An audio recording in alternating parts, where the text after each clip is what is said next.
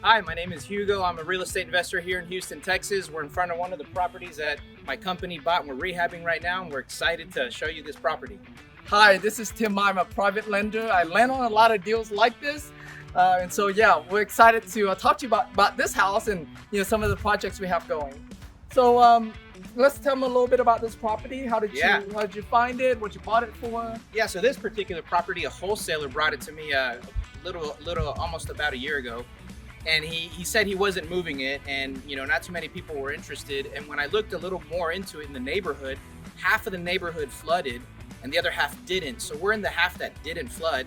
And then I started to do some more research, and I realized that there were some properties here that, if you added square footage, you could get up to $1 to $1.2 million for the property. But if we remodeled it as it is, then it was probably somewhere around $500,000 to $600,000. So it intrigued me, and I got it for $295,000. Hold on, real quick. So I can explain to people a little bit. So one of the strategies that we teach about and we do is called forced appreciation, where we're adding square footage to the property, or we add more doors to the property, such as converting from a single family home to a duplex or a triplex. So this particular case, what Hugo just mentioned about, if he was to add more square footage, and how would you add square footage to this property? Would you go? So that was part of the due diligence process, because I didn't know how. So I either go horizontal or I go vertical, or I do a combination of both. And on this one, I didn't quite have much space in the back, so it just made sense to go vertical because it's one story. So that was one of the considerations for this property. Okay, and if he's not doing that here, as you can see, but if you were to do that, if you were to raise it up and do a second story, what would be the value difference between it as it is as a one story versus as a two story? Yeah, I mean, it would take it from a $600,000 to like at least a $900,000 to $1 million property.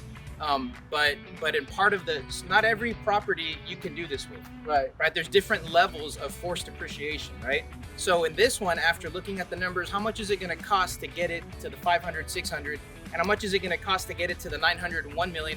And then what's the risk? What's the market look like? So when you take all these factors into consideration, then you're able to make a more solid decision. So on this one, we decided to keep it at the level of, okay, let's just remodel it, open the floor plan, update it, make the finishes nicer and stuff like that. So like I said, this one we got it for $295,000. So I'm looking at, okay, with the $300,000 base price, how much value am I gonna get if I put in $100,000, $200,000, $300,000 and what's worth it? So we decided on this one to just do a regular remodel, $130,000, redo the whole underground, update all the finishes, open up the floor plan, which is what a lot of people want nowadays, right? And that's what we decided on this one. Okay, so you mentioned the purchase price again? $295,000 to be exact.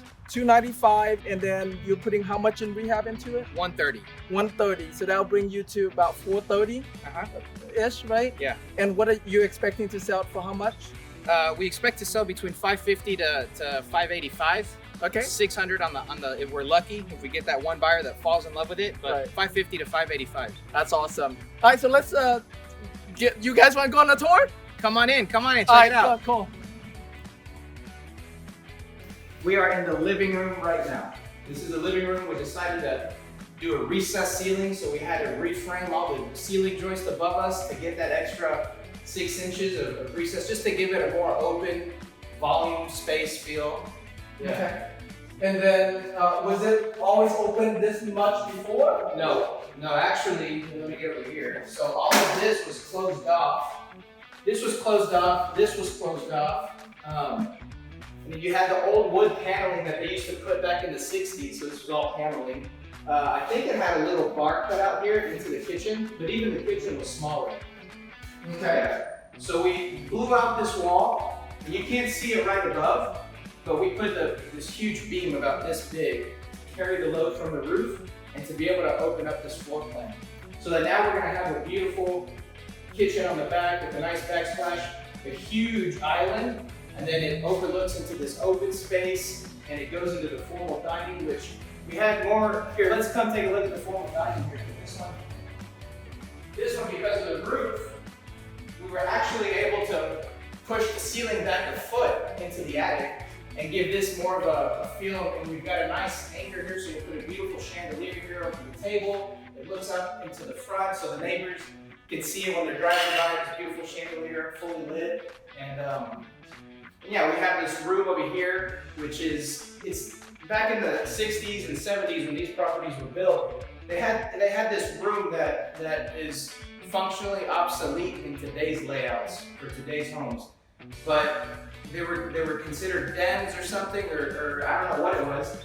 But we actually turned it into a formal study, so it became like an office. Right over here. Right over here, yes. And we decided to keep a closet in there.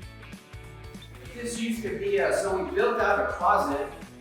This wasn't here, but we decided to convert the den into a formal study, you know, an office or something that could be used for something in today's you know, need for family spaces and stuff. So for this neighborhood, turning this into an office space is better than turning this into a bedroom? Correct. Okay. Yeah. Yeah, there was no need. 3 bedroom, 2 bath here, you know, sell for a lot still. The 4th bedroom is not needed.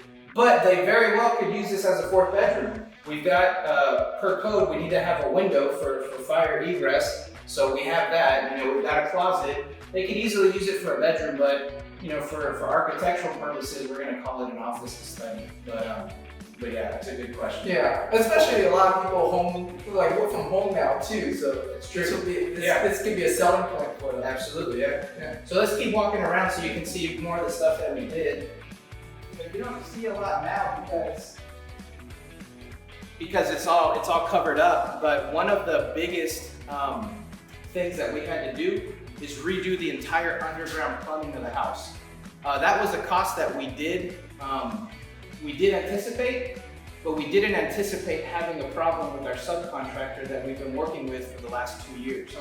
So he's a great person. He just had some family emergencies and issues that had him lose focus. And so these are the kind of issues that come up that you have to resolve creatively, right?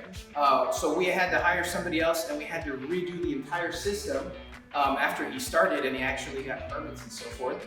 But this entire floor from where the beam is in the kitchen, all the way to the back of the house, it's actually 2 inches lower.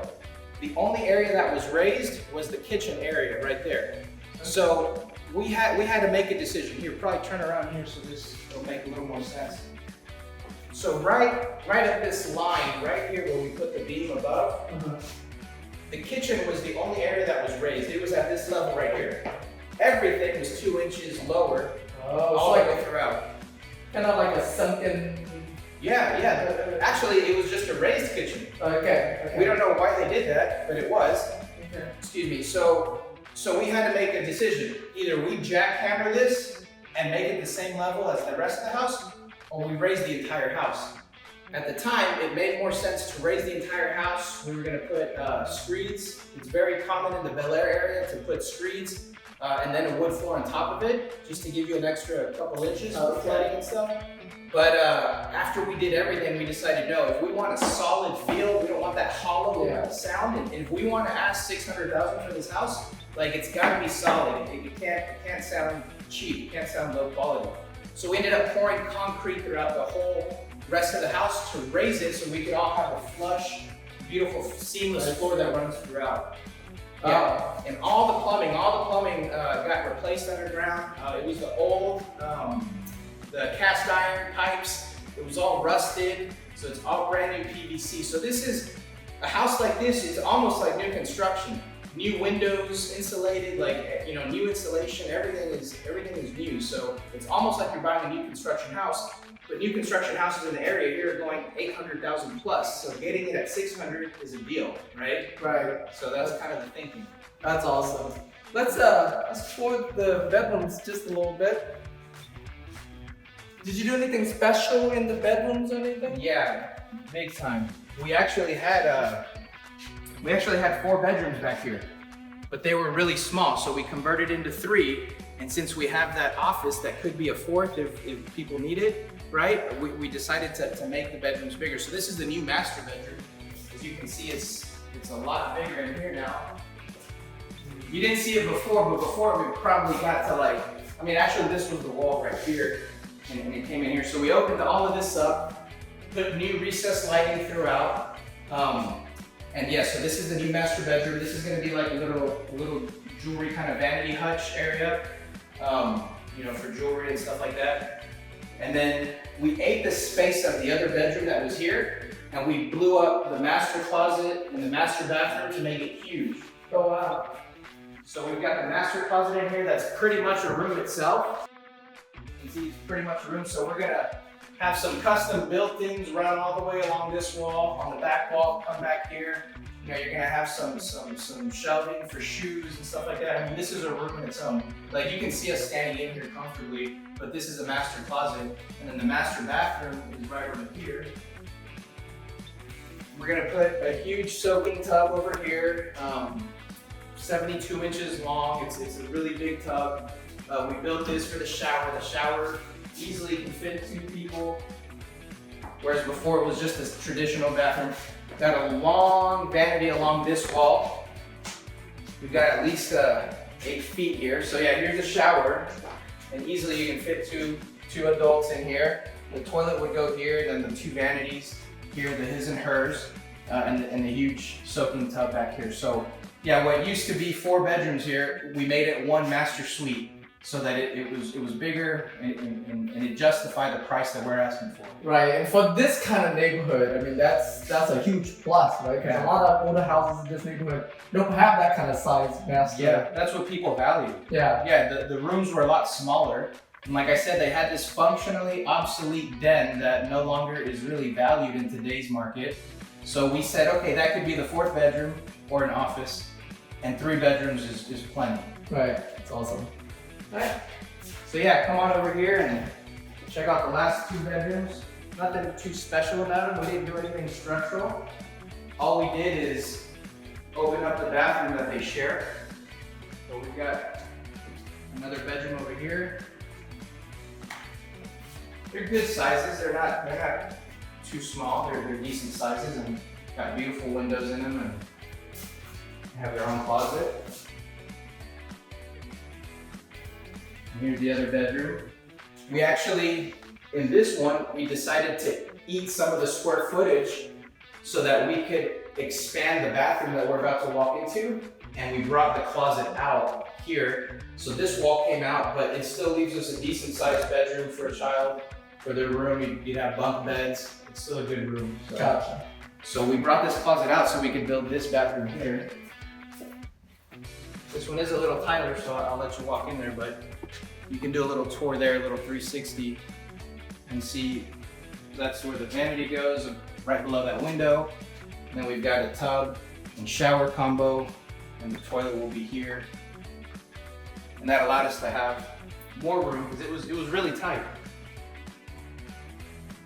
Okay, so as you can see, moving these structural walls and stuff is one of the strategies, one of the ways that we force the appreciation, force the value of the property up.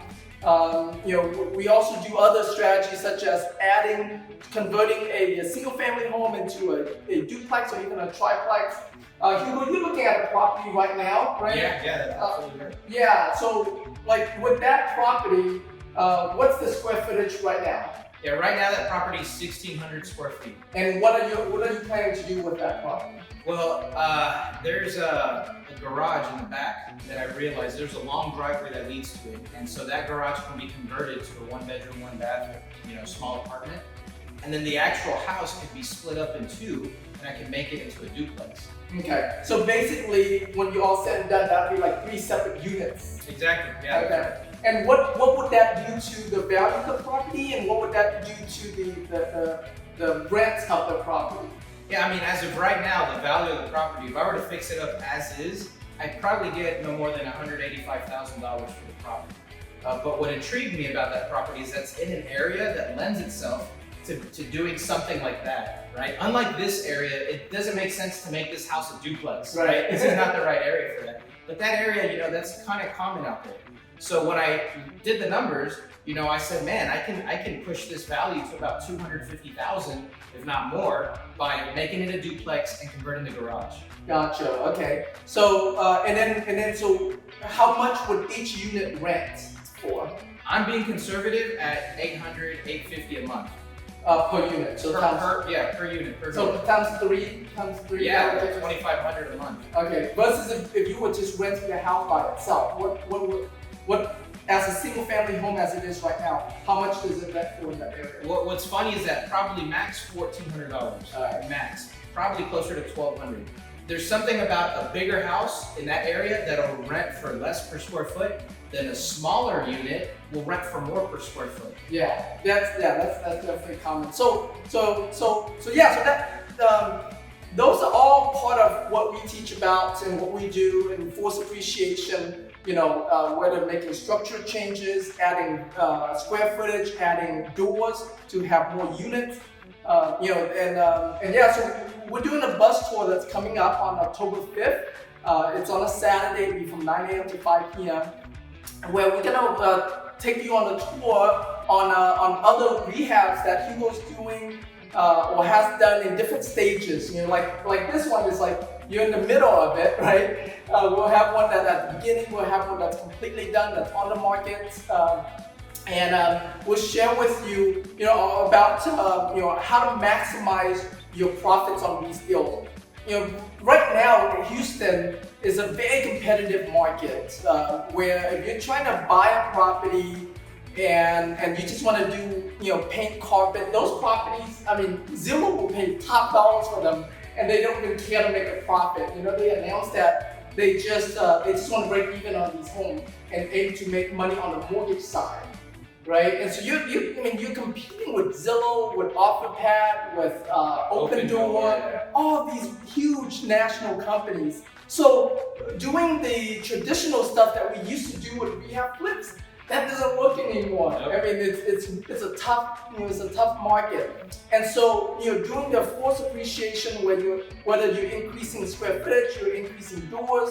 You know, that's what's hot now. That's what's working right now. And so we're going to teach you about that on the bus tour.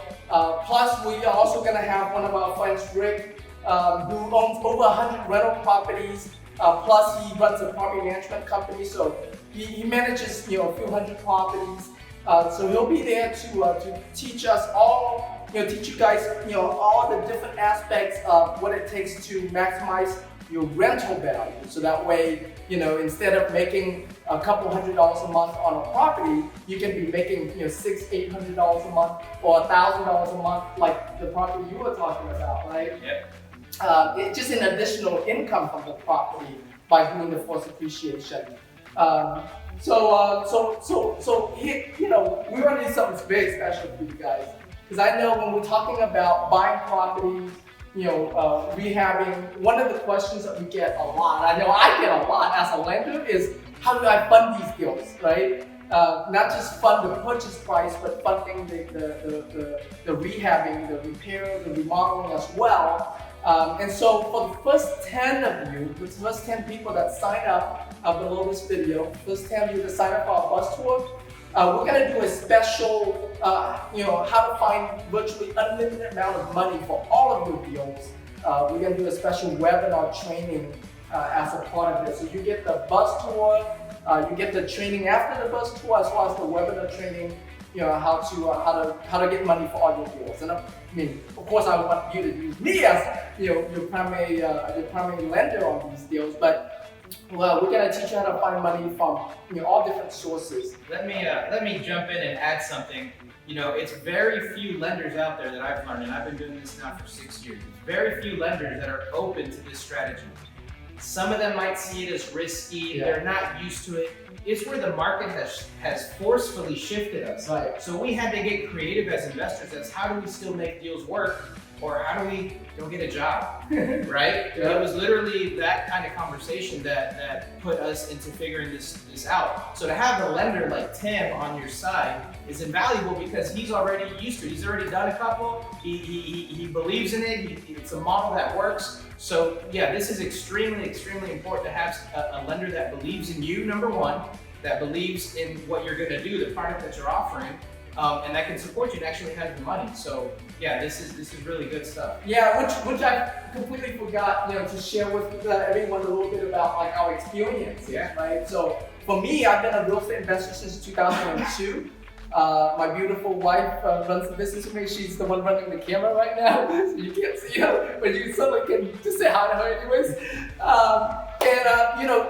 And so since 2002, I've done hundreds of deals, and I've lent on quite a bit of properties. Just on force appreciation properties alone, in the last couple of years, we've funded well over 30 properties that the investors that we lent to did additions and did Fall into this category. So I'm a very experienced lender when it comes to the force appreciation strategy.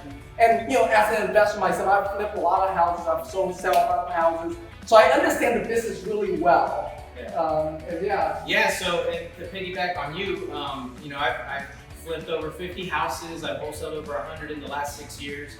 I got 3 on the market right now. This will be 4th once we get it listed. And then got a lot in the pipeline as well. So very experienced around construction, around real estate investing, just strategizing and structuring and all that stuff.